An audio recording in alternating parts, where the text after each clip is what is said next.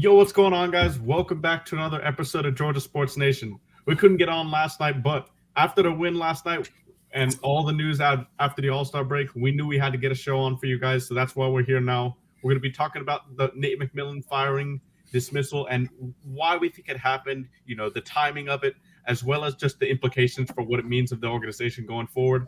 I'm going to bring out some stats about some offensive struggles that might have led to some of the decision making by the organization, and we're going to be recapping last night's game as well. And then towards the end, we're going to talk a little bit about the Braves and Red Sox first Grapefruit League game tonight, in the wild 6-6 tie, and how the game ended.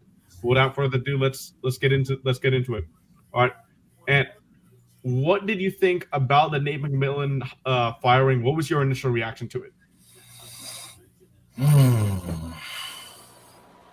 Man, I didn't expect them to do it right then, but that was surprising, man. That was surprising at that time and moment. But we all saw the writing on the wall that it was going to happen. But they you know what I'm saying, they showed a little fight in their game last night. I give them that, though.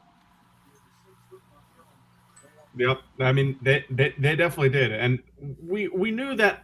We knew that Nate wouldn't last more than this season. I mean, the organization kind of hinted at it. Nate hinted that as well throughout the season, that he was good. He actually was going to step down earlier this season, and the organization wanted him to stay. So clearly, there was an attitude switch or a change in opinion from the top down, because this was not a player firing from the information that we have so far. This is an organization firing. The wrestlers top down definitely had the most say in this. But what was your initial reaction to it? It's about. I mean, I hate to be this harsh, but it was about time, because you could see it. In our play the last couple of weeks, like we were just kind of, we wasn't consistent at all. Like one game we'll be up, next game we'll be down in the dumps against a team that we should beat easily. Especially that Hornets game. Oh my God.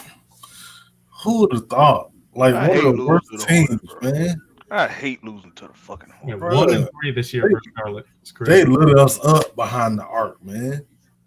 And it's every time. It's Terry Rozier, man.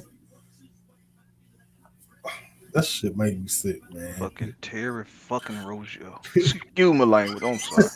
Yeah, and he. It's funny because Terry Rozier, and I've said this multiple times on the show, like he's having a horrible year shooting wise, and after a really rough start, he's kind of brought it back together, but he has some bad games here and there. But against the Hawks, he just seems to go crazy every time.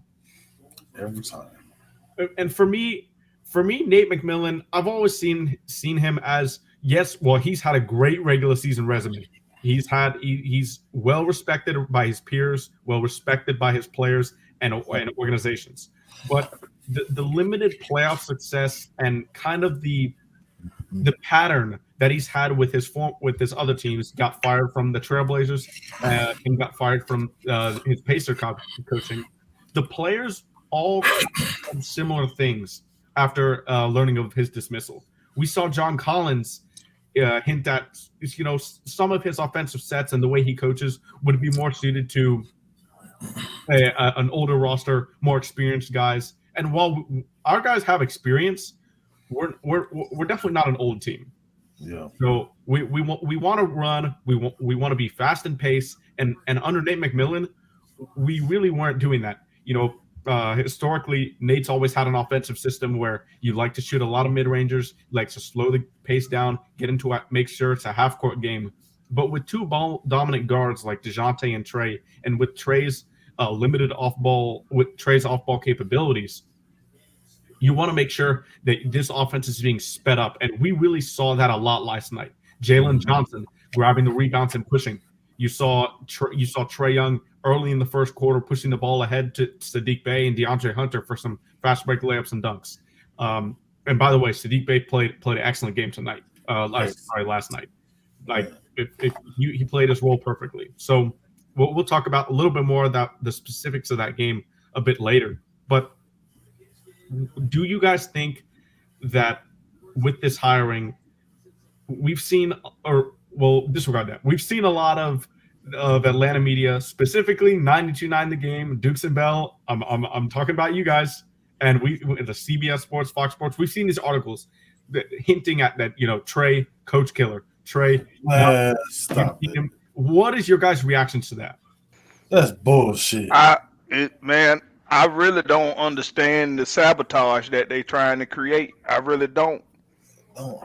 And then they'll say something. They'll say something that's stupid. They'll say something like, this is just the reality. They use words like reality. That ain't the reality. That's the perception you trying to put out. You trying to feed on to that the rest of that some of the fan base already trying to harp on. So you feeding into it. That's their perception of reality. Right. That's your perception of reality. That ain't reality. That he's a coach first of all. And that's why I like the interview that Chandler Parsons did on that podcast he did, when he explained that when he was here and Pierce was here, he said that Pierce was probably the worst coach that he ever played for. They say he wasn't likable. They didn't feel like he was even a good person. That's not on anybody. That's not on any player on the team. That's on him. He's not so. That's why he ain't gonna never get another head coaching job. Him being an assistant coach right now that's as far as it's gonna get for him.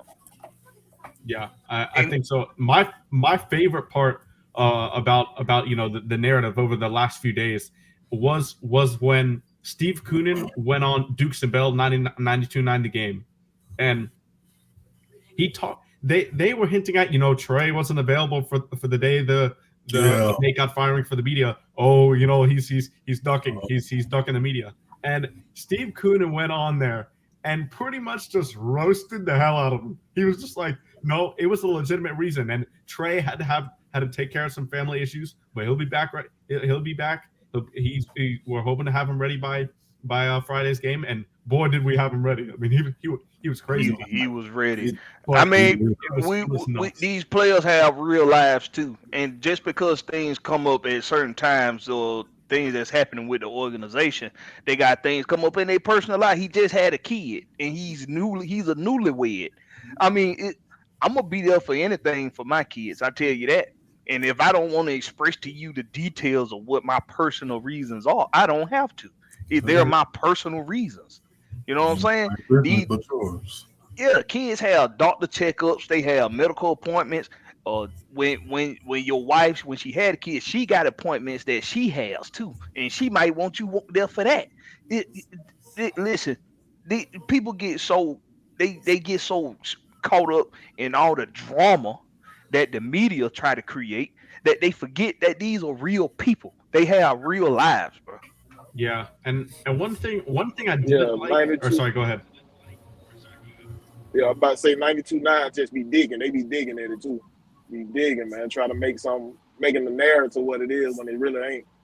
Yeah, they're trying You can tell the team played a whole lot better. That one game without Nate McMillan, they played a whole lot better. The offense was moving the ball. I mean, everything was flowing. You feel what I'm saying? So, hey, the proof is in the pudding, man. The proof is in the pudding.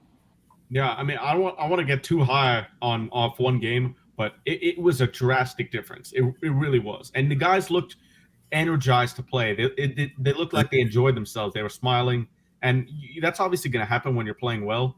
But I don't know. They just the way they came out, it was 0-6, right? And you're like, oh no, are we off to the slow start? And then they're like, no slow start. And they went on to held the Cavs. What did they held the Cavs to in the first quarter? Only 23 points. And at first, the Cavs were like 5 for 15 at one point in the first quarter from the field. So the defense was there and the effort was there. One thing I didn't like though by Trey, and this is kind of, I guess, him falling for like all this heat from all the different Atlanta media companies. He felt the need to like justify his absence by saying I had to take care of some family issues. It's all good. Like he doesn't have to answer that to anybody. And I know why he probably felt compelled to do that. And it's fine that he did.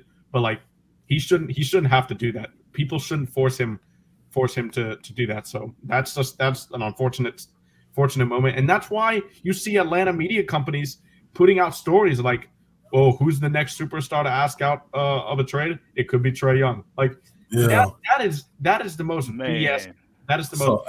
That's so asinine, man. I swear.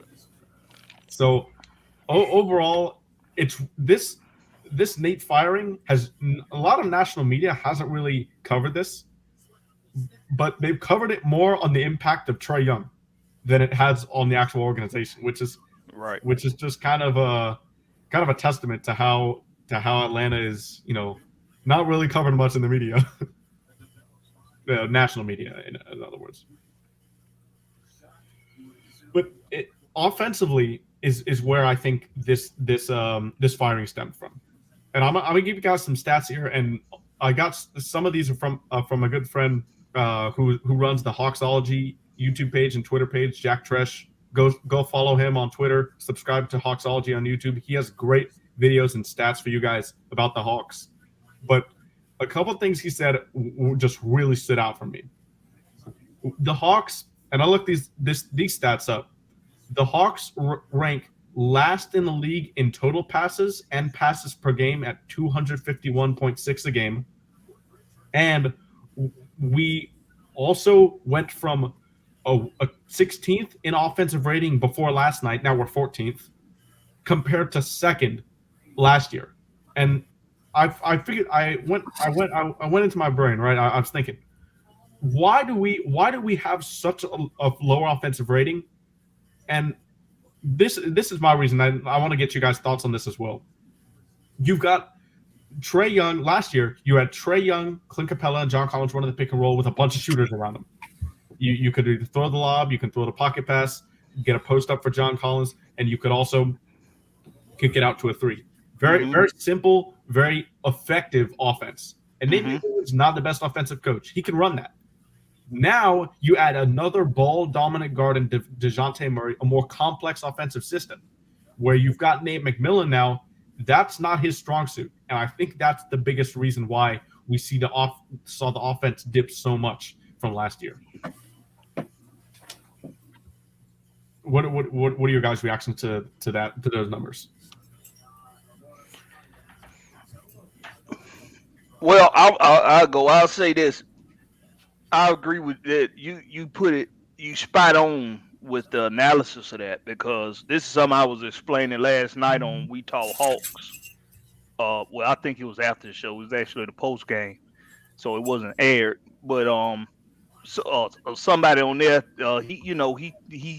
he looks at the numbers, and to him, it was about ball movement in the sets that were being used. And last night they used different sets that they hadn't used before, and the ball movement was better, and we got more wide open shots and had less contested shots, because apparently we're the most contested shot team in the league, which to me is a stupid ass stat to even look at. Yeah. But the thing else with that, the offense we were running last year and the year before, it's exactly what I've been saying. It was built around a 3-man pick and roll action. Trae Young, Clint Capella, and John Collins. And we had shooters, like you just said, on the perimeter that you could kick it out if you don't see what you like inside. Once you get in there, Trae, you can kick it out to a shooter, or if it's not a lob and you end up giving up to John Collins or Clint Capella, they could kick it out to a shooter. And we haven't been able to. And the reason why we went away from that a little bit is for two reasons. One, injuries. We couldn't get those guys to stay on the floor together for a while. It was like they was together for a couple games, then somebody was out. So it's been inconsistent with the availability. And then also, like you explained before, Nate McMillan he's not a good offensive coach.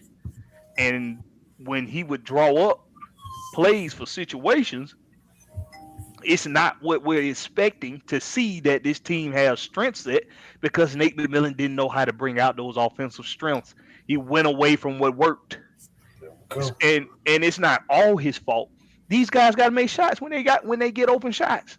Yeah, I mean, to that point, I'll quickly add, during our last 7 games before the All-Star break, so discounting last night's game, on wide open threes, which means a defender by the NBA stat book is more than 6 feet away from the shooter, we were shooting 29% on those over our last 7 games. 29. And that is terrible. I mean, That's terrible. So, yeah, players. It's on the players too. You got to make those shots. But these are similar numbers to where to 2 years ago when we fired Lloyd Pierce.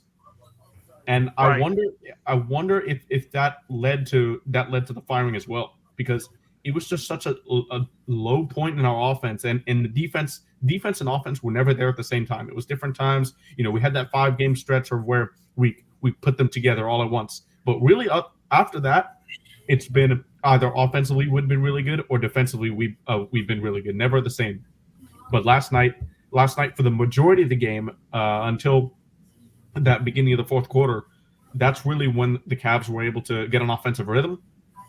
Other than that, they really had none. Yeah. You could see last night the defense complemented the offense. The defense complemented the offense, and we also we used personnel better last night. You saw Jalen Johnson late in the fourth. You saw and Sadiq Bey, and like you said earlier, Sadiq Bey, he played his role well. He was knocking down his 3-pointers when he was open for him, and when he got a rhythm shot, he knocked it down, and he got back down on defense and was closing out on the wing, like we expect him to do, a 3-and-D guy. But what it all came down to for me was when Trae Young is on early, when he's on as a playmaker and not as a scorer, when he's on as a playmaker early, it opens up the rest of the team. It opens up the rest of the players on the team. Now you can get the Sadiq Beys to play their role on the 3-and-D. You can get Onyeka Okongwu to have energy running the floor and not getting boxed out on defense. You can have these guys start playing their role, and this has to be mentioned. You didn't have Cottonelle, Angel Soft ass John Collins in the game. He was in street clothes again. He was in concussion protocol. In concussion protocol, I don't know what in the world are you doing to be in concussion protocol. It was from the previous game before the All-Star break. He took a headbutt from Julius Randle, and, oh my God. And that was that no call. That was a no call, which was stupid. But That's a person to take a headbutt from. Yeah. But that's how he was on the injury report, and he's questionable for tomorrow's game with back soreness. I don't know how that happened. Yeah, see, this the thing. I'm supportive of John Collins. I like John Collins, but he's gonna have to get that fire and that passion back that he played with when he was playing for a contract. He's gonna have to get that back. That's what's gonna really give his team the jolt that they need to get over a particular hump this year. I mean, that's really what's going to give them that jolt. Maybe I don't know. Maybe some players, I know a lot of players say they don't listen to the noise outside of, the team. They don't listen to all the noise going around with the fan base and the media. And he might be one of those guys that really keep the noise out. You need to let the noise in, my guy. Mm-hmm. You need to hear us talking cash money about you, calling you soft, calling you Cottonelle, Angel Soft, Shaman, Tisha. You need to hear us talking about you, bro, because you right now you're looking you're looking real soft out here. One thing about John Collins, though, you can't say about him this year. Without him, our defense has looked terrible. He's been so good on defense last year. True. He's been so good on defense this year that you can easily look at his shooting numbers and say he's had a bad year, and he has offensively. It's not been good, to say the least. But defensively, the strides he's made from last year are remarkable. He's not just a good help side block defender now. He's elite at that now, but he's been able to get a little bit stronger defensively in the post. We haven't seen him use that offensively, and that's why we want to encourage him to do that. And like you're saying, Blackberry, we know he can be that on defense, but we just got to see it on the other end too. So let me ask the panel this. Let me ask you this, Mikey. Do you think that what he's done, seeing with DeJounte coming on board, that he feels like personally he can fall back on the offensive end and give more on the defensive end, and that's why we see that lack of production on the offensive end? He's gotten complacent, maybe. I think we can say that for superstars, but I don't think for a player like JC, no, I don't think he's conserving energy. I don't think the spacing has hurt him, by the way. I really do think that the less shooting gives him a little less room to play in the paint. But at the same time, the shot's been so off for most of the time this year that maybe it's shot his confidence. Who knows? Yeah. But hopefully, I mean, because he's been a 36% 3-point shooter throughout his entire career. And look at this year. He's been sub 30 for most of the year. So that's just, it's an unfortunate decision. And we've seen him post guys like Drew Holiday, and he's been nudged out of the post by smaller guys like Sam, you're saying. So hopefully he can recover that. Offensively with Nate McMillan, though, one thing that Joe Prunty said after the game last night that I thought was great was the fact that he said about Jalen Johnson, he had some teachable moments. And before I even go to that teachable moment, let's give a round of applause to Joe Prunty for actually playing a 10-man rotation and playing Jalen Johnson. About damn time. We were calling for Nate to play Jalen Johnson, and I remember when we got Saddiq Bey, I said on that week's show, I was worried about Jalen Johnson. I don't think he's going to get much playing time because Saddiq Bey is going to play the 4 for us. We're going to have AJ at the 3, and we're going to have DeAndre at the 3. And JJ didn't play much, but Saddiq Bey played great last night, and JJ in his minutes off the bench was excellent. And that teachable moment that I'm referring to is pushing the ball. He wants Jalen Johnson to be a point forward once he gets that board, and I love that. That's where he excels. We've seen him finish so strong at the rim on the fast break, as well as be able to find guys and dot guys in the corner for the 3. So that's I think one of the most encouraging signs from last night about how Joe Prunty, before we assign reportedly Quinn Snyder, that I'm going to see. We were just talking about that. About how Nate McMillan don't play nobody, man. He play a 7-man rotation, predictable lineups, and he added more people. I mean, when last night we seen more people get on the floor, you know what I'm saying? And they were actually meaningful minutes. They were putting in production on the floor, you know what I'm saying? So I enjoyed that game last night. They scared me a little bit in the fourth quarter, man. 14 points straight they gave up. I'm like, oh, you know what I mean? That scared me a little bit, but hey. They played all right. It just one game, but they played all right. They looked all right, man. Your team's gonna go on runs. It's the NBA. Anybody can go on a run at any given moment, man. Yep. It's about how you respond to that run. There we go. That's what it's about. It's about the coaching adjustment. It's about the players adjusted. Mm-hmm. How are you gonna respond to that run? Are you gonna just have a bucket or 2 in between them going on that run, and you let them go on another 8-10 point run? So it's about the response, and we responded well last night. It was a fun win. Yeah, and the Cavs are number 1 in defensive efficiency and 3rd in the league in a defensive rating. So you're gonna have those lulls where we couldn't score to begin the 4th. We didn't have a field goal in over 4 minutes. But that's going to happen against good teams like that. And the way we were able to just maintain our offense throughout the majority of the game was really encouraging. I want to get to this point by Southside here because we've seen Bogey after rest or after an injury when he's come back, he started off really hot. And that was what he did last night.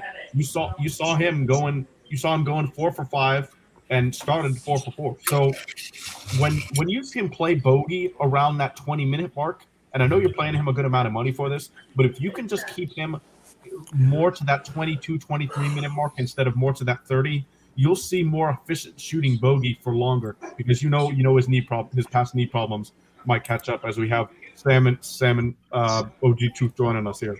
And it's Sadiq Bey signing also helps Bogey because you don't have to use Bogey in the fourth when you need stops in the last 6 minutes, 8 to 6 minutes. You got a Sadiq Bey now that you can put out there with a JJ, and you can and have OO out there. Think about this lineup right here: DeJounte Murray, Onyeka Okongwu, Sadiq Bey, and Jalen Johnson, and Clint Capella. I mean, yeah, but you're not playing anybody at the 2 then. You're not playing a shooting guard at all. No. If we need to stop, I guess so. But Sadiq Bey is not the best defender. No, I think Sadiq Bey is a underappreciated defender. Think about this. When Sadiq Bey when his shot is on, his defense is on. And that's most 3-and-D guys. DeAndre Hunter has spoiled us a little bit the last couple seasons outside of this season where he's been a little inconsistent on the defensive end because the refs don't let him guard nobody. But he spoiled us a bit because even when he had off-scoring nights, his defense was on point.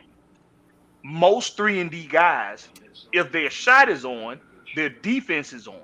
Sadiq Bey to me is a good defender on the wing, on the perimeter. But sometimes it takes a playmaking guard like Trae Young and DeJounte who has playmaking abilities as well. It takes that to bring that out of those guys to get them the looks they like to get. Because one thing Trae and DeJounte are very good at is getting to their spots.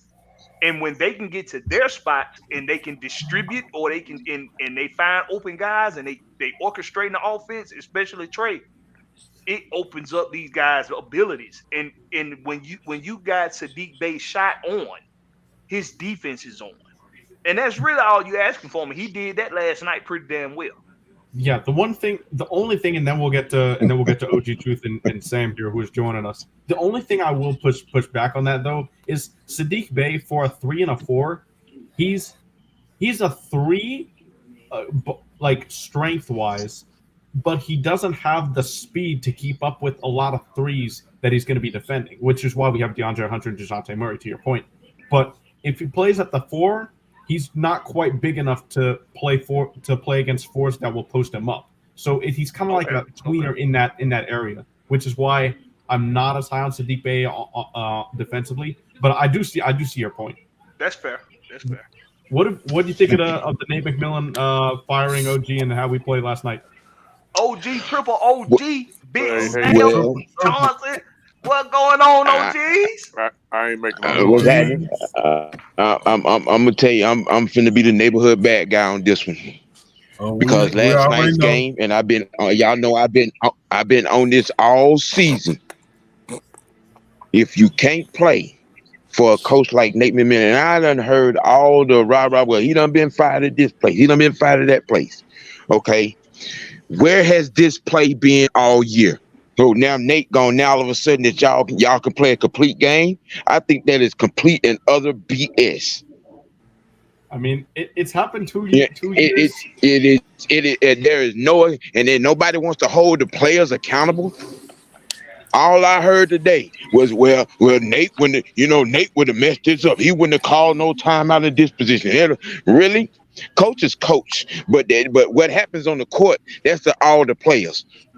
Okay, no, I'm not buying. Oh, now all of a sudden we can play good basketball now that Nate McMillan gone. If you can't be coach, if you gonna walk around like a little crybaby child, instead of being coached that like a grown man and getting out there and doing your job as a grown man. Something wrong with you. I think this is entirely suspect. Well, Sam, let me ask you this though: how would you describe what I brought up a little bit earlier was offensively? We know Nate McMillan's not a great coach. Offensively, we know he's a great defensive coach. We do know that, but when you've got a complex offensive system like the Hawks have now with two dominant ball guards, is Nate the right coach for that? Because we've seen how the Hawks. He's not. Yeah, the Hawks are last. Okay, all right. Understanding the question, there's an entire coaching staff, right? You got a head coach, you have an offensive coach, you have a defensive coach, right? Right, you do, but when the Hawks are last. Okay. So why is it that Nate is getting the entire? Why didn't the whole entire coaching staff get booted in? Because they will once. I think right now Quinn Snyder is getting a couple assistants. I think not the whole coaching staff will get booted. I think Joe Prunty's going to stay. I think Mike Longobardi can potentially stay, but offensively, we know Nate McMillan likes to play at that slow pace. Incorporate a lot of mid range into the offense. Joe Prunty after last night said, "Bruh, everybody." We shot what, mid-20s and threes. He said we needed to shoot even more, and I agree. I like, but that's just not Nate McMillan's game. So I don't know. Everybody on that team can shoot, right? All right, you know what I'm saying? So again, player accountability. When you making shots, now all of a sudden you making shots. I'm trying to understand the whole issue here. I'm really trying to understand what was the difference. Okay, style. Yeah, I understand. Styles make games. Styles make fights. Okay, I get all of that. But at the end of the day, it's still all about execution, man. So you not gonna execute because you don't like the system you in? No, but he's not putting his players into position to succeed. That was my opinion, offensively. Allow me to go from that point. Yeah, go.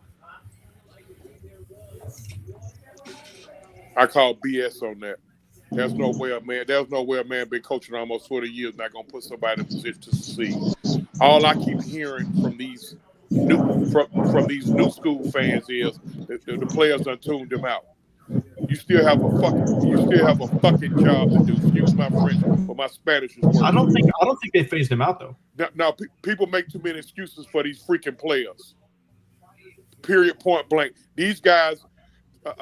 The top 6 guys, the starting 5 and Bogey is owed over $600 million. I don't hear jack shit about no damn coach.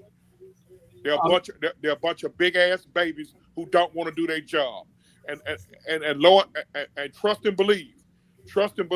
2 years from now, they're gonna be ready to boot Snyder up out of here as soon as he disciplines Trae Young. Now I'm gonna kind of scale it down a little bit because I don't want to go too far with that.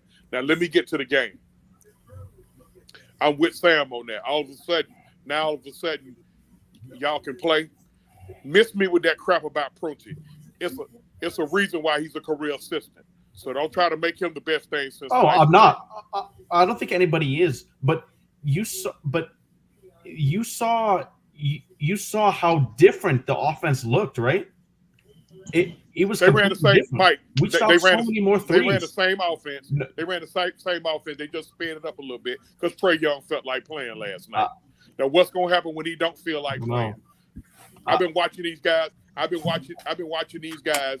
Ever since Trae Young got here, I've been watching his pattern. He felt like playing last night. You know why he felt like playing last night? Because the heat was on his ass this week. Because he's being labeled a coach killer. So now he's going to go out there and he's going to play like he got some sense now. Man, come on, man. Come on, Charles.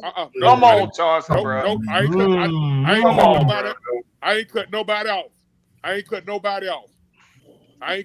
off. That's how he been playing. Y'all protect him. Y'all overprotect him too much. He need to earn his damn money, and he need to play and be grown and stop acting like a big ass baby. because that's what he do. He act like a big ass baby when stuff don't go his way. Would you label that's what he showed. That's what he showed us. That's what he showed us over 3 years. When did he show us that? Two coaches, Blackberry. 2 coaches he ain't been able to get along with, and y'all don't blame both of the coaches. But Sean, OG, there's. Would you label 2 questions? One, would you label him as a coach killer? Yes. Oh my. All right, because I expected that answer. Here we go. Here's 2 reasons why I don't think you can.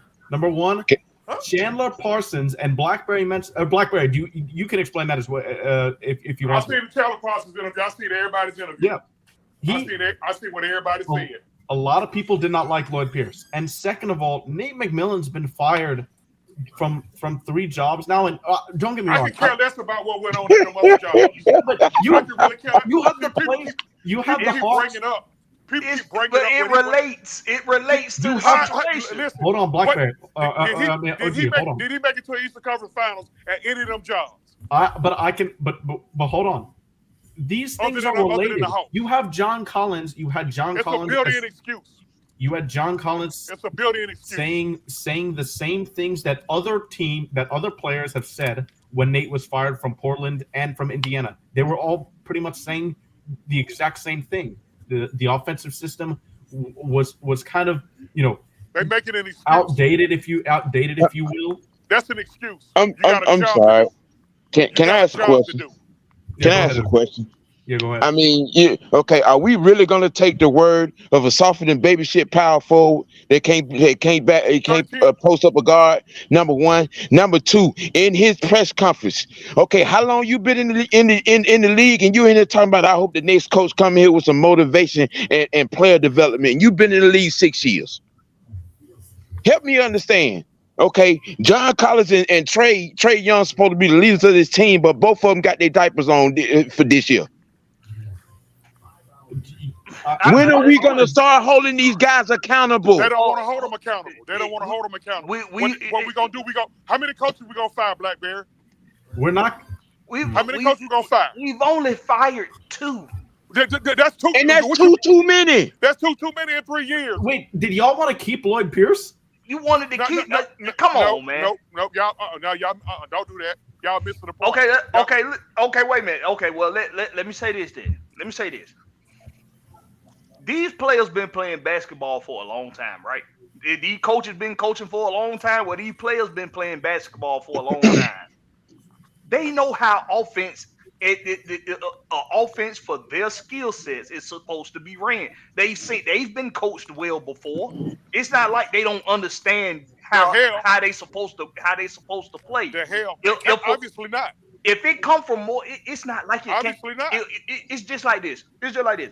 If you've been married 3 times and each of your wives left you for the same damn reason, at some point it's you. It ain't them. Wow. Oh my God. Wow. So I guess we're not gonna hold the players accountable then. So what you just? But no, nobody said. Nobody said. Hold on. Nobody said. Well, let's go to.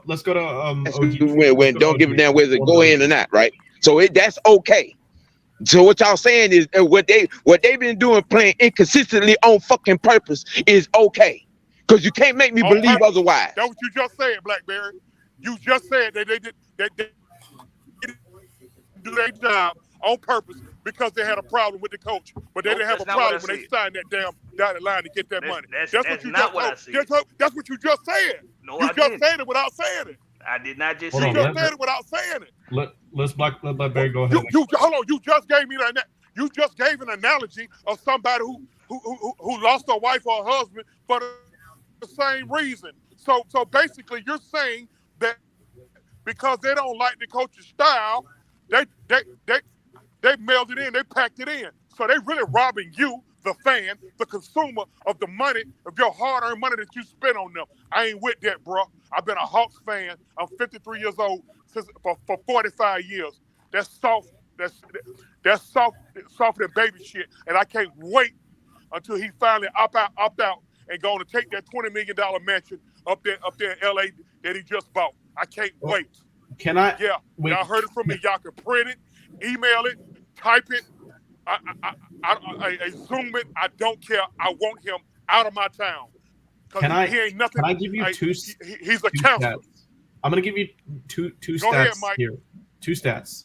One, and then we'll try and get it into the game a little bit more of last night. One, the Hawks, from being one of the best passing teams in the league last year, we are now dead last in passing per game and total passes. We're also dead last in secondary assists. So the hockey assists, pass leading to an assist, with Trae Young and DeJounte Murray on the team. Also, we last night, I mean that may have been, and we've seen this 2 years in a row, right? Not 2 years in a row. Once every 2 years. When Lloyd Pierce got fired, the game we played after that, we played out of our minds, just like we did last night. So maybe it wasn't Joe. Maybe it wasn't Joe Prunty. It was some of Joe Prunty. But maybe it lit a fire under the guys. Who knows? But that stat of the passing and the 3-point shot volume of Nate McMillan's offense was really eye-opening to me, and it seemed like Joe Prunty too, because in his press conference, you heard him say, "We need to take more threes, even more than what they took last night." You know what? You know what's funny? When we've been on this, we've done this show. We've been doing this show now for half a season. How many times we done talked about how they kept shooting threes and missing them, but they kept shooting them? So now, when the other guy comes in here, I almost said another word. I'm about to really go there. Me and Mikey both mentioned earlier in the show that you have to make your shots. We said that. But we haven't been holding the players accountable. OG, I know the show you're referencing. I know the show you're referencing with me and you both saying that. I'm gonna tell you what it seemed like to me. I'm gonna tell you what it started to seem like. But hold on. How many logo trades did Trey take last night? One, and he made it.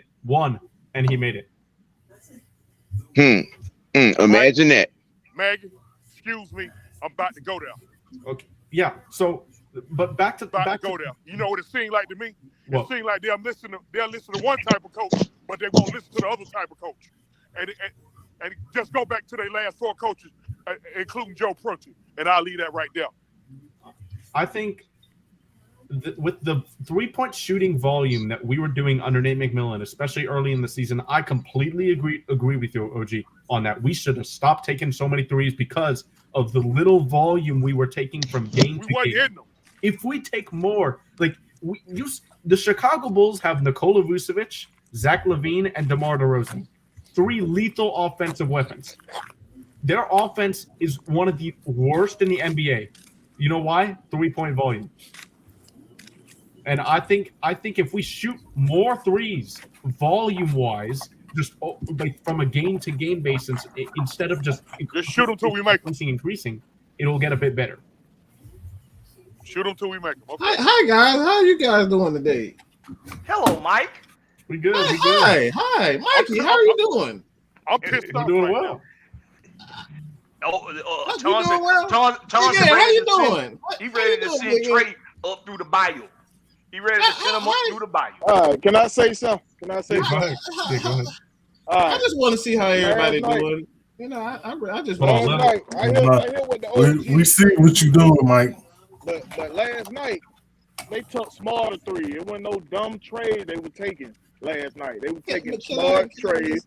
I just want to add a little Jesus to this meeting. Can I good ball movement. I just want to add a little God to it. Stop it, Mike. All right, Father God, in the name of Jesus, thank you so much for bringing these guys in perfect harmony. Let be the great host that he is, and we can just get along and just sing happy songs together. The nice hymns. Everybody got nice hymns that you want to sing? Kumbaya, my Lord. If you don't get the hell out of here with that. Mikey's doing a fantastic job. He's done a fantastic job. He does a great job. Let me be the voice of reason. Let me be the voice of reason here for a second. Hit that super chat, Mike. Please that super chat. Go ahead, Mikey. Go hit that super chat, Mikey. You good. Go ahead. Go ahead. If you were gonna say something, Mike, go ahead. Y'all act like we fired Greg Popovich. I mean, look. I just want to be the voice of reason. Man, fuck that shit. I really want to be the voice of reason. Man, fuck all that. Can I talk? Can I talk? Can I please? He came on here on one today, bro. I just want to talk. I just want to say this. I said I just want to be the voice of reason. I'm not here to step on anybody's toes. Okay, I can. Y'all know I can. You said you weren't gonna talk no basketball today. Y'all ain't giving me no choice. Y'all done hijack the show. I want to be the voice of reason, okay? Y'all grumpy OGs done hijack the show, and everybody mad at look. I won't talk no more. Y'all go ahead. Y'all grumpy OGs done hijack the show, and I gotta be the voice of reason. So Mad Mike gotta be Mellow Mike today, okay? Go ahead, Mikey. Go ahead. The Grumpy OG show is coming. I can promise you guys that this is a preview of Grumpy OG. But I want to be the voice of reason. This is serious. This is a serious take. Are you preaching? Everybody is right. Yep. Okay? Everyone is right. There's a certain portion of everybody being right. That's it. I don't know why there's an issue. It's okay for everybody to have the take, and everybody's take is valid. That's all I'm saying. That's the issue. The problem that we have at this point in time is that we want our take to be the take, and it's not. This is not the take. This is not the time for that, because both the coaches, the front office, and the players, everybody has their own. I got cut off while I was talking. That's why I had to get I got cut off while I was talking.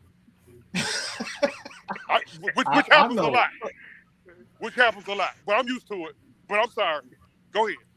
But that's the case, man. Like I said, at the end of the day, man, I don't think there's everybody's right in this at this instance. Everybody, when you see this team, I think everybody can see that we have issues, and I don't know if it's going to be everything's going to be rectified, but like I said, there's no need to just seriously point at one particular person. I don't think you can point at one particular person and say, all right, this is the reason. There's many reasons why this team isn't performing up to standard. And I think that needs to be the point of emphasis, that everybody, from Trey being more of a leader to John Collins being, living up to just living up to his standards, like his skill set. We all know, he could have done. We know he could what Nate could have done a lot better. It didn't happen. I just, at the end of the day, I don't think his heart was in it, and that's perfectly fine. Sometimes coaches need to sit back and say, is my heart really into it? Is this the right team for me? There are such things as coaches not being fit for certain personnel and certain teams. Yes. And I just don't think this particular team fits his name. So, and that's all we have been saying. You can huff and puff all you want to, Sam. But that doesn't change the fact. That don't change what it is. You're not a guy that's going to sit here and be patient, because you huff and puff every time someone sit back and talk. And like I said, some instances it's just what it is. Yeah. And that's what it is. Go ahead, Mikey. And we're going to kind of not enough, Mike. Let Mikey get to the last portion of the show. Right, Mike Budenholzer and Nate McMillan, the only two coaches that ever do something in the almost 60 years of this franchise. Keep going, though. Nate McMillan, I don't think anybody here has said Nate McMillan is a bad coach. Am I wrong? I don't think anybody has said that. Nobody said that. Okay, I just want to make sure, because we're not bashing Nate McMillan. We're talking about, like, just as an individual, as his coaching career, we're talking about the fit with the roster. And you can have a different opinion for sure, but I think what me, Blackberry, and Willie too, what we're trying to get at, OG, is that Nate McMillan's history of and his past offensive systems just don't really mesh with the player personnel that we have this year. It meshed great with the players and the shooters that we had 2 years ago and last year. But the defense wasn't there last year, and that was personnel, complete personnel. You know, Nate McMillan's a great defensive coach. This year, we've seen a bit differently because of the complexity of the offensive system, and that's where we're saying, I think it was time to move on. I think that's what Ant, Blackberry, and Will and I are getting at. Is that true, guys? Yeah, that's all it was, man. We know y'all baby boomers gonna take up for each other. It's all good. Ain't no complexity in playing defense. Hey, Maggie, I'm sorry. The leaders of the squad ain't putting up no defense consistently for 48 minutes. Then what are we talking about? You're right, Sam. It's hard to be. You was wrong. For 48 minutes, it like players, and you have to hold the players accountable when they play games like the Hornets game, the Knicks game. Like obviously, Nate McMillan is not on the court just telling the guys you have to try harder. That's the players. The players got to be better, especially in those types of matchups. No, we're gonna it goes both ways. It goes both ways. Like this. Okay, we're gonna scratch the Eastern Conference Final year because that was Lord Pierce system. Doing Nate McMillan full season, who did he develop? Name me one player that he developed. AJ Griffin. So what now? AJ Griffin, and you know I'm on your side, but he has developed AJ Griffin well. I didn't think he could. AJ has been pretty good. AJ Griffin already had the talent now. Oh, what no? Oh no! You can't do that. I can't. Wow. Will, hold on. Let OG go. Hold on. Guys, hold on. Let OG go. Let OG go. That's Mikey speak. No, because I'm gonna say the same thing OG's gonna say. Go ahead, OG. Go ahead. That's some straight up bullshit. Can't do that. How the hell he didn't develop nobody the first year, but now all of a sudden AJ Griffin already had it. That's man, straight come facts. on, man. Straight facts. That's bull. Come on, bro. That's bullshit. Yeah, I can't agree with that. I'm sorry. We'll go ahead. Go ahead,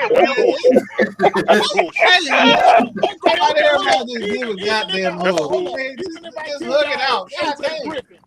Who else did he develop, bro?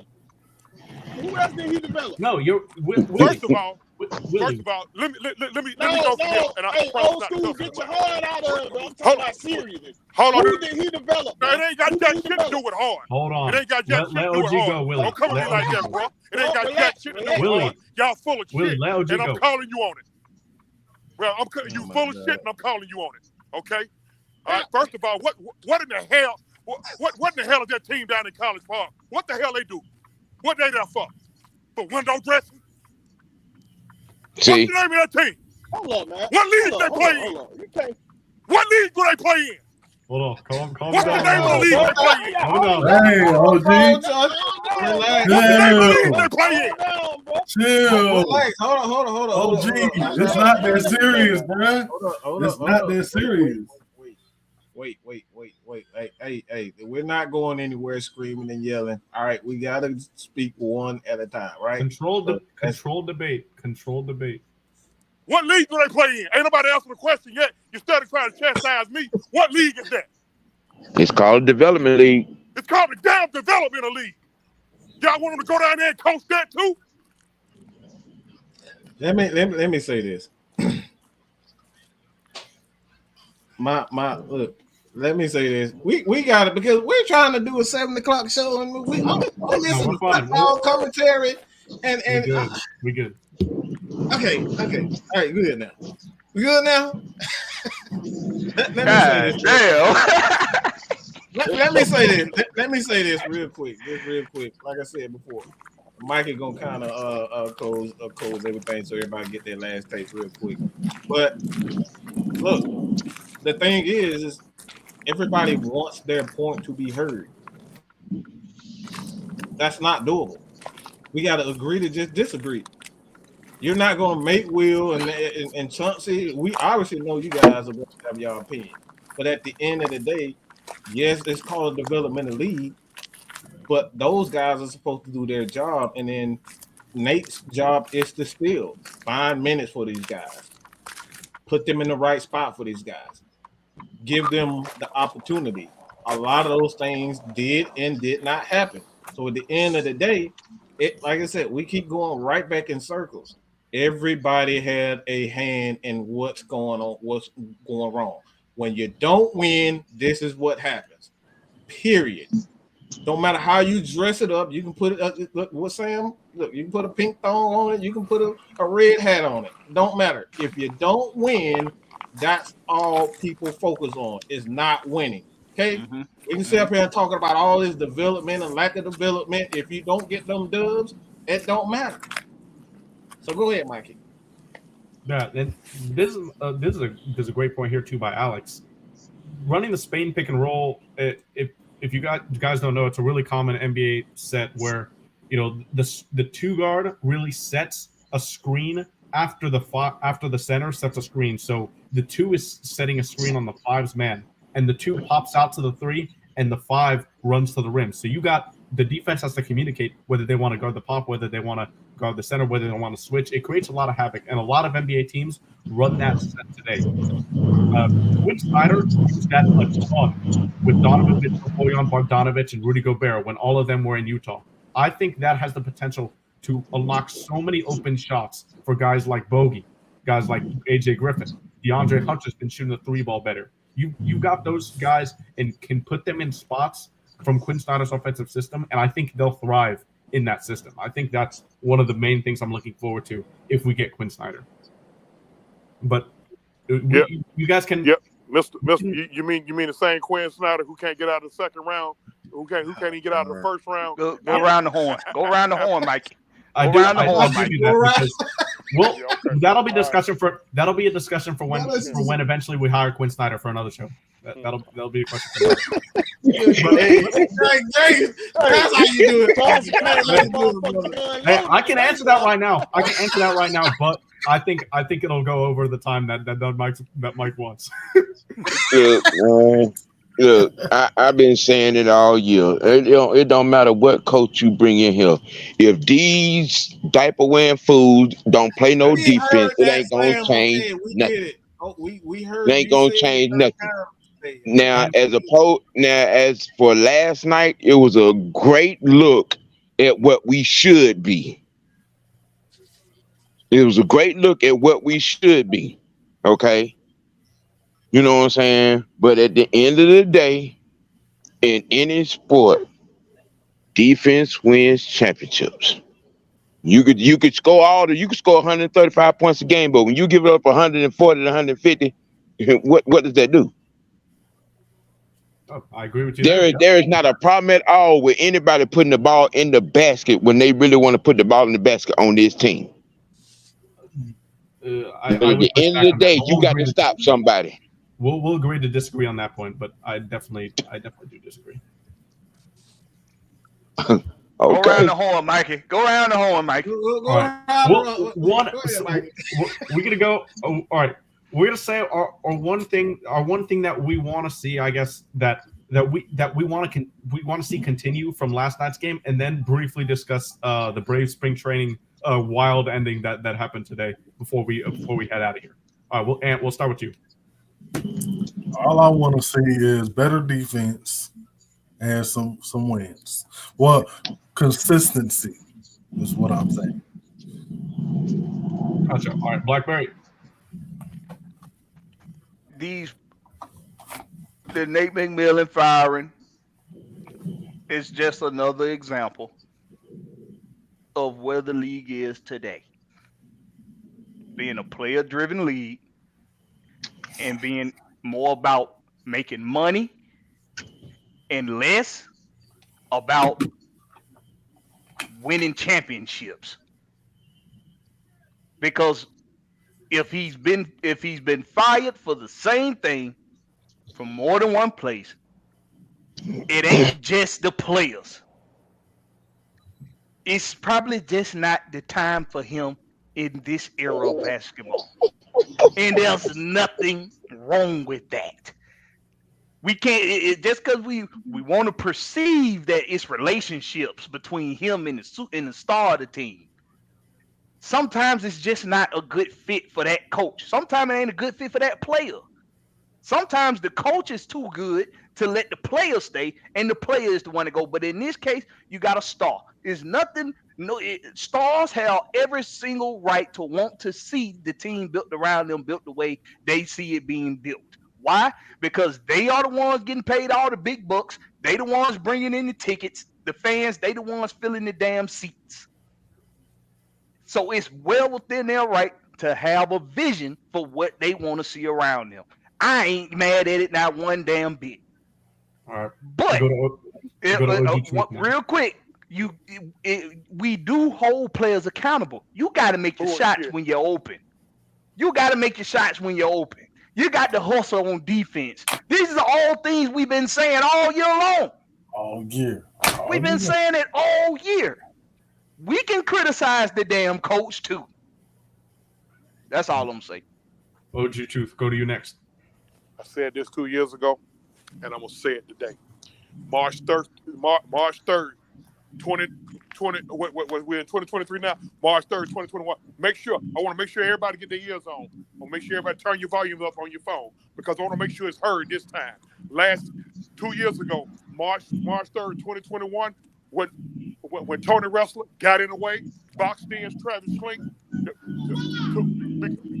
because his star of the team went to his son bitching like a little gal, crying about Lloyd Pierce. He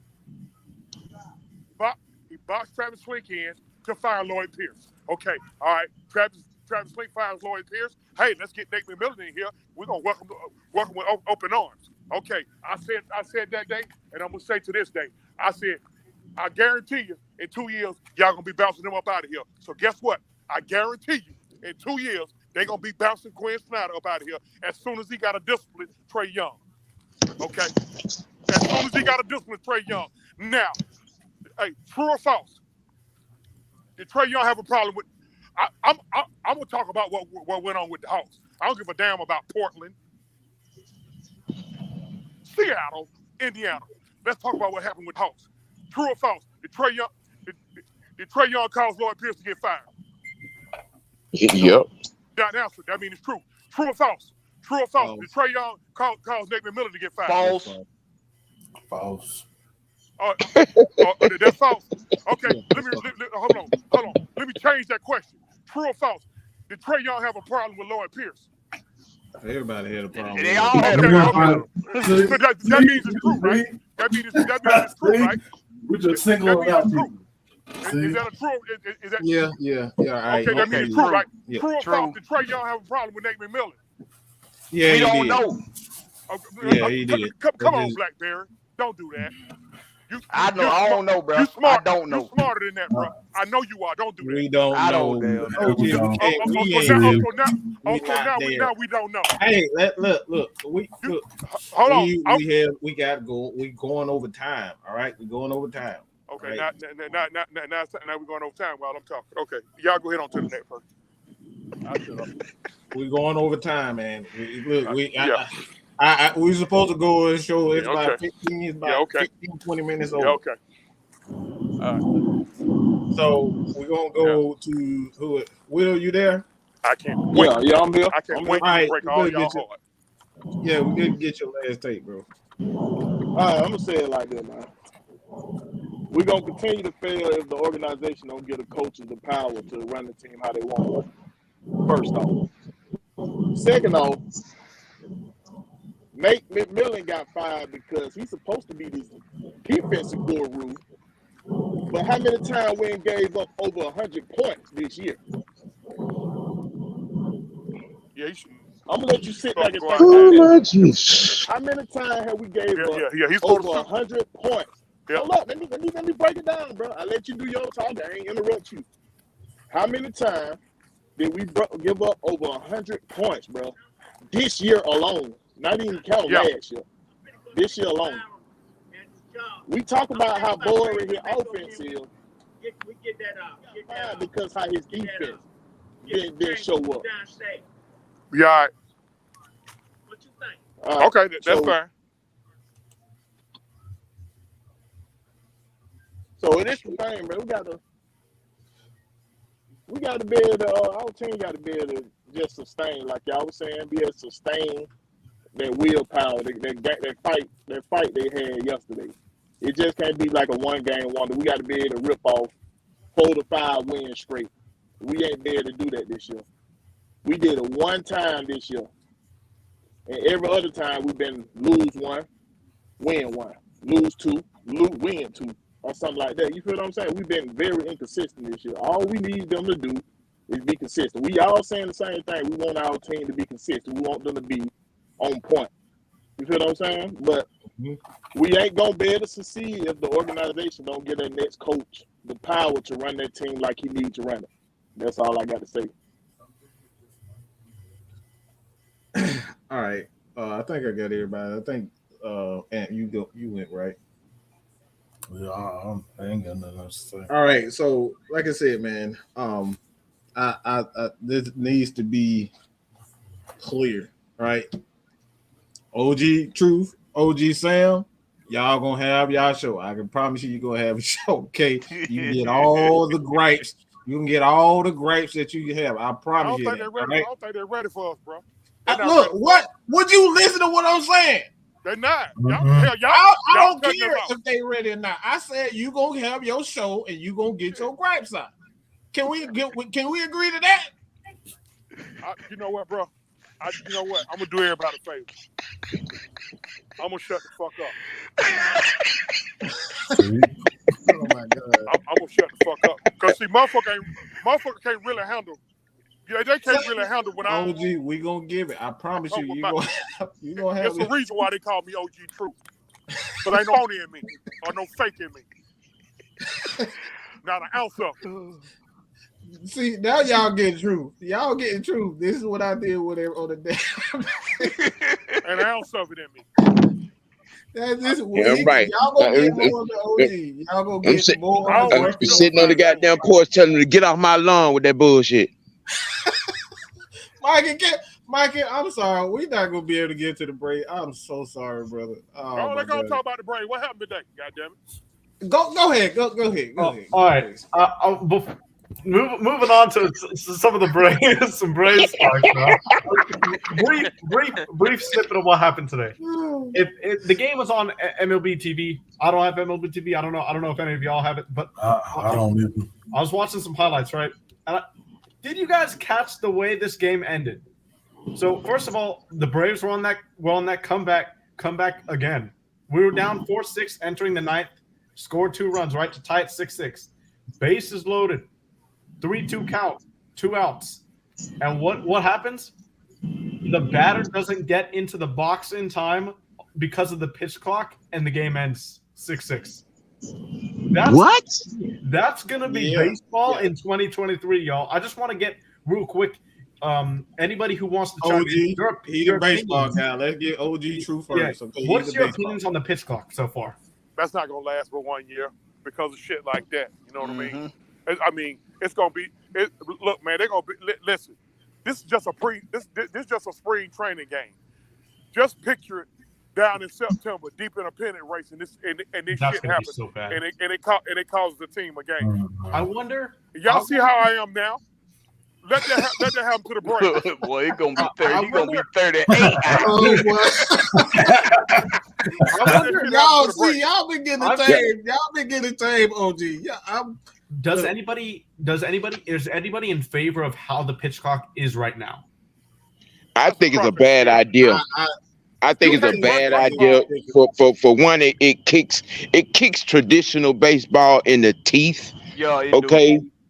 Number one. Number two, why all of a sudden we're in a hurry in a baseball game? You know what I'm saying? Right. Now 100 some years later, we in a hurry for a ball game to get over. Because they don't want to cool you. Man, let me tell y'all something. It's been the ratings. That's why they said I got escorted out of Cartersville High School by 4 police officers because the damn umpire tried to rush my pitcher.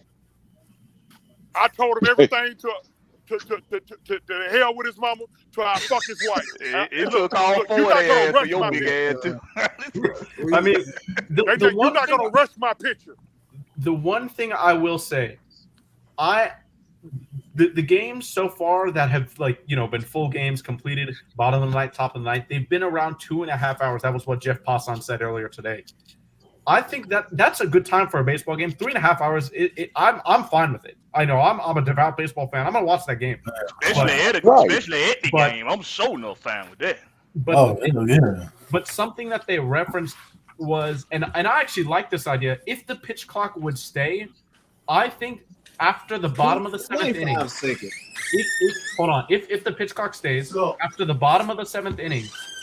If we had the pitch clock just go away after that seventh inning, I think that's a perfect way, to combine both worlds, because you've got when it's tied up late in the game, you want that tension, you want that the enthusiasm, the passion for the fans and for the players to feel those nerves and that excitement and the adrenaline. You want that, but if you have that for an entire game, Major League Baseball is saying the games are a bit too long because of the ratings. That's what they originally said. So, what do you guys think of that solution?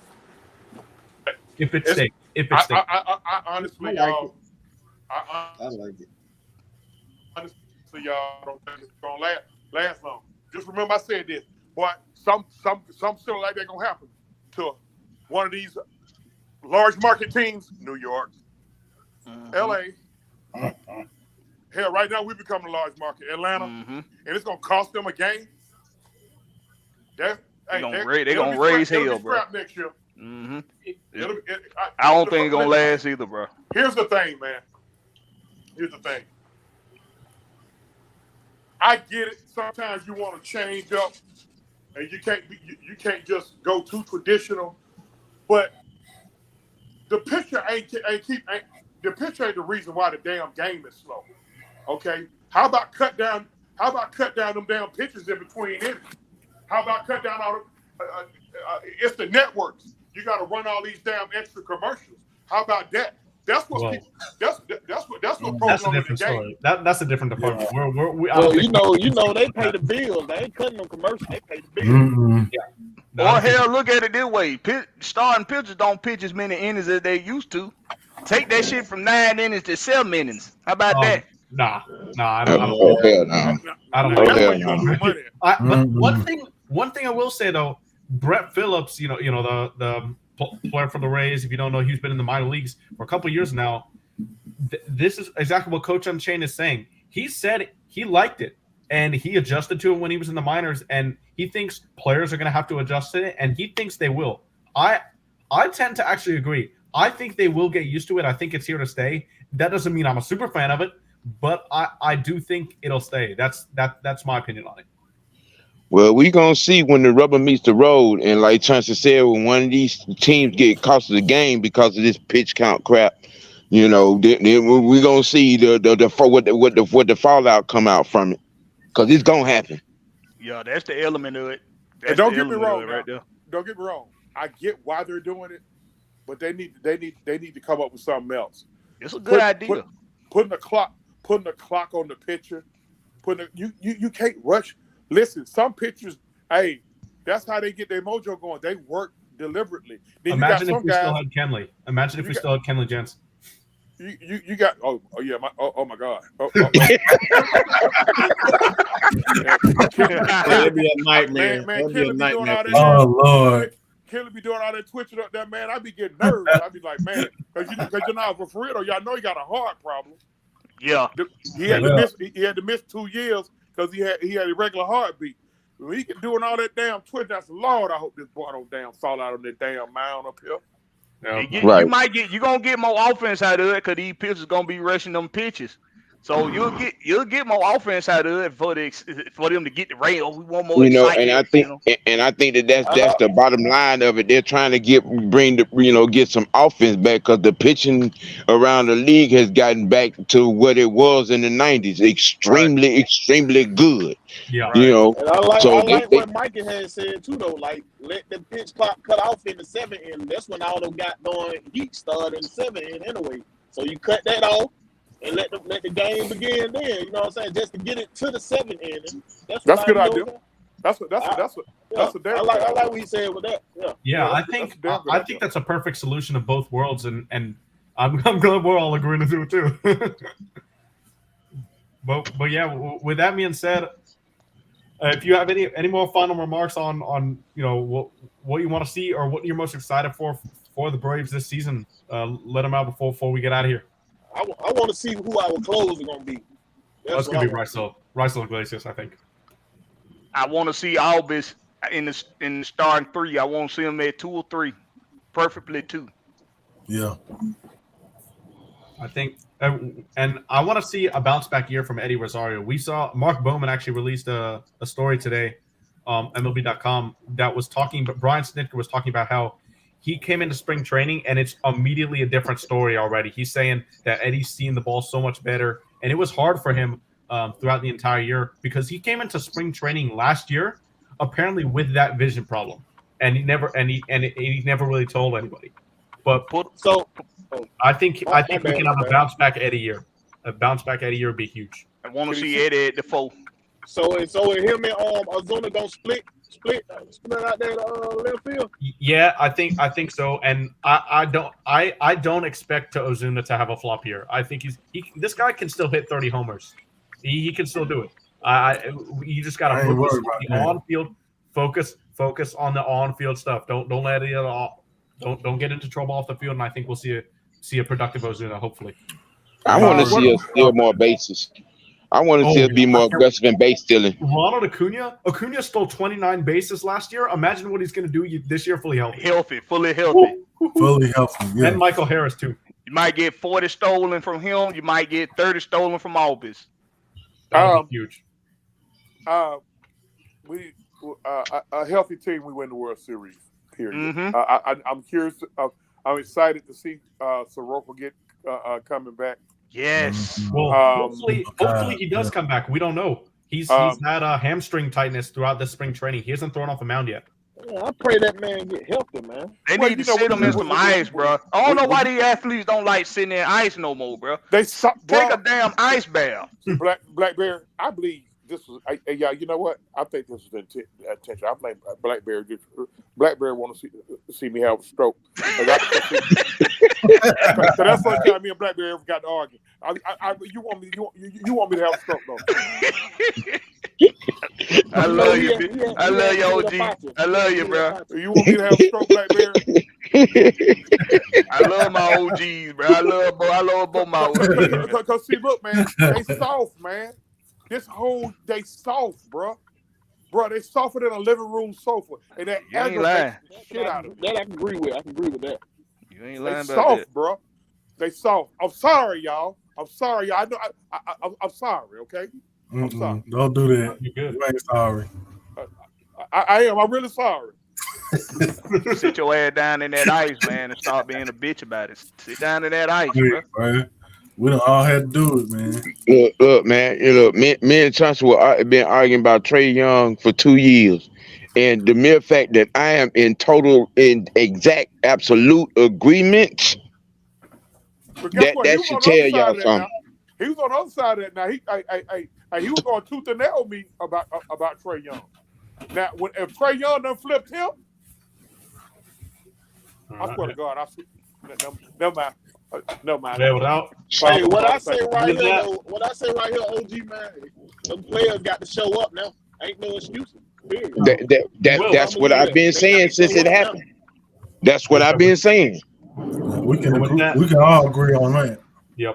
They had better be scoring 150 points a game and giving up less than 90. Period. Point blank.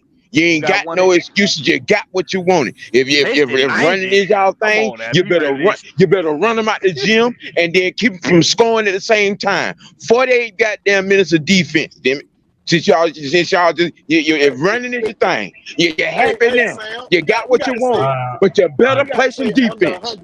Under 100, Sam, with the way they call the defense, like the way they referee these days, we don't have to just say under 100. Or around 100. Everybody score over 100. Yeah, holding a team this season, the best defensive rating team in the league, Milwaukee Bucks, 109. Yeah. So I don't know about 90, but from a point, listen, just goes to show y'all. It goes to show y'all something, and I'm gonna be calm when I say this. Listen, it goes to show y'all something. Anything can happen on any given night. From a points per game standpoint, y'all know who the number one defensive team in the league is? Yeah, it's Cleveland. Cleveland. We just put 136 on them last night. We got one in the books. One in the books. Hey, some nights you're gonna hit your shot. Some nights you're just gonna lay an egg. But it's okay to do it some nights. But we need more consistency. I don't give a shit who playing. See, the thing about it with me, y'all, I don't care who's playing. I really don't care who's coaching. Honestly, I don't. I really don't. All I care about is the bottom line. The bottom line, the results. I care about results.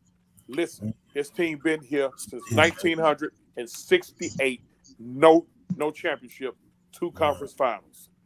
That's it.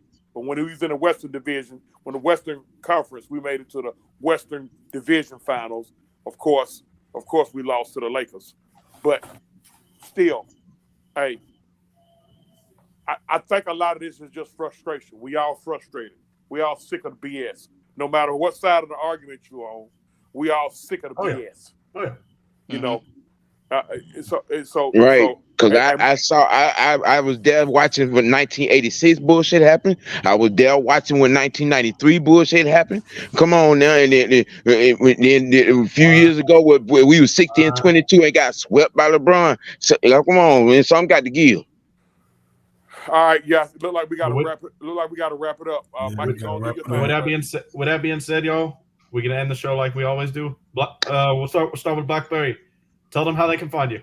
Home team. Catch me on YouTube. Not Instagram. Please don't go on my Instagram page. Sound like an invitation. Nasty over there. But Twitter, Twitch for your gaming. That's Blackberry, no C, just the K. Blackberry Lyrics, baby. Y'all know what time it is. Y'all make it do what it do. I'm not following you this week. I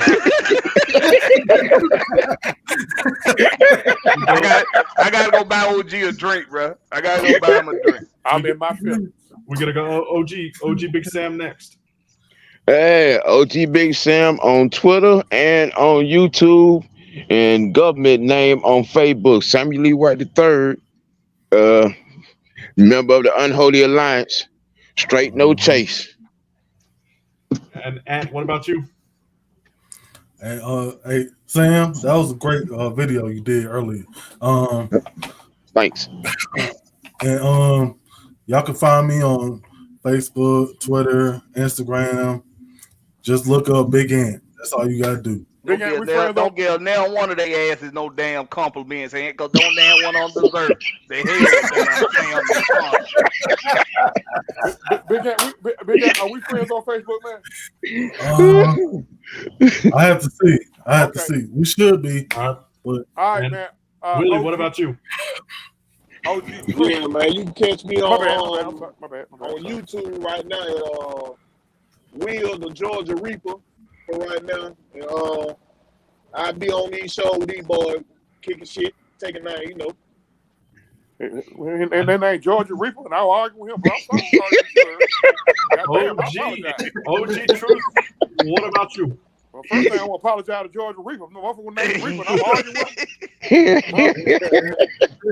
Hey, no, you know how the barbershop conversation get a little heated. It's all good. OG Truth. Listen, man, OG Truth with the 2 hertz on Instagram and Twitter. You can also find me on my YouTube, which is the King's Ransom, KINGZ RANTZOM, member of the Unholy Alliance, member of the Grumpy OGs. Yes, sir. Over here on Georgia Sports Nation. Hey, for all of the fellas on here, and we're gonna send Mikey on out of here. We're gonna always seek and speak the truth, the whole truth, and nothing but the truth. Mikey, take us home, baby. And you can find them at the local OBGYN on Twitter at PinWizard300 and streaming Georgia Sports Nation on YouTube at Recap and Hawk Soups. And before I got out of here, just want to shout out real quick.